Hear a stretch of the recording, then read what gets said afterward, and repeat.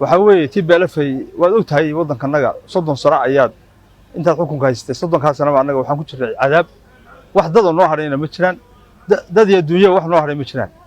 waxaan lagu leeyahay TPLF markaan lagu leeyahay waxay ahayd xuquuqdanada aan doonaynay asaasiga waxa weeye TPLF marka anaga wax loo gastay way ogtahay 30 sano ee soo dhaaf xukuumadda iyadu haysatay waxaan ka soo horjeednaa tacadiga TPLF ay hore nagu geysatay iyo waxa ay hadda dabacsan tahay 30 sano la soo dhaafay waxaan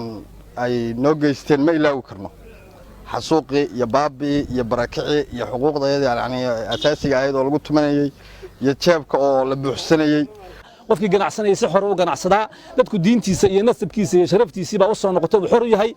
kuwa markaa u calaacalahaya waxbaan u saabtumayna kuwaasi waa kuwa waxaan leeyahay calooshooda shaqaystayaala waa kuwa bilaadiina waa kuwa bilaadamiira kuwaas waxaan leenahay kuwaasu kuma jiraan dadkan ma aha waa dad meel kale ka yimid baan u arkaa ma aha dadkan waxay garab taagan yihiin dawladooda federaalka ee hogaaminayo Abiy Ahmed iyo Mustafa oo hogaaminaya ay garab taagan yihiin diyaar u yihiin difaaca dalkana diyaar baan u nahay kuwa aaminsan TPLF inay imaanayso waa dad iska riyoonaya waa dadkii dacdiyada waddanka ka geystay weeye oo maxkamad sugayaal ah oo malaynaya inaan la ogeyn marka waxa weeye dad iyo adduunyo anaga wax noo dhaqan ma jiraan wax noo geysay oo TPLF ah waa mar ayaduna la ismay isku kan la isay marka waxa weeye TPLF waxaan leeyahay annaka hadhow maxkamad baan kula tigsan doonaa heeg baan TPLF kula tigsan doonaa waxaan digniin halkan uga diranaa dadka u sacbatumaya taageersan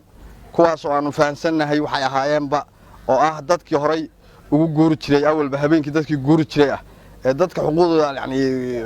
kuwa dhiigooda miiranaya marka waxaan kuwaana digniin halkan uga diranaa inay joojiyaan soo dhaweynta iyo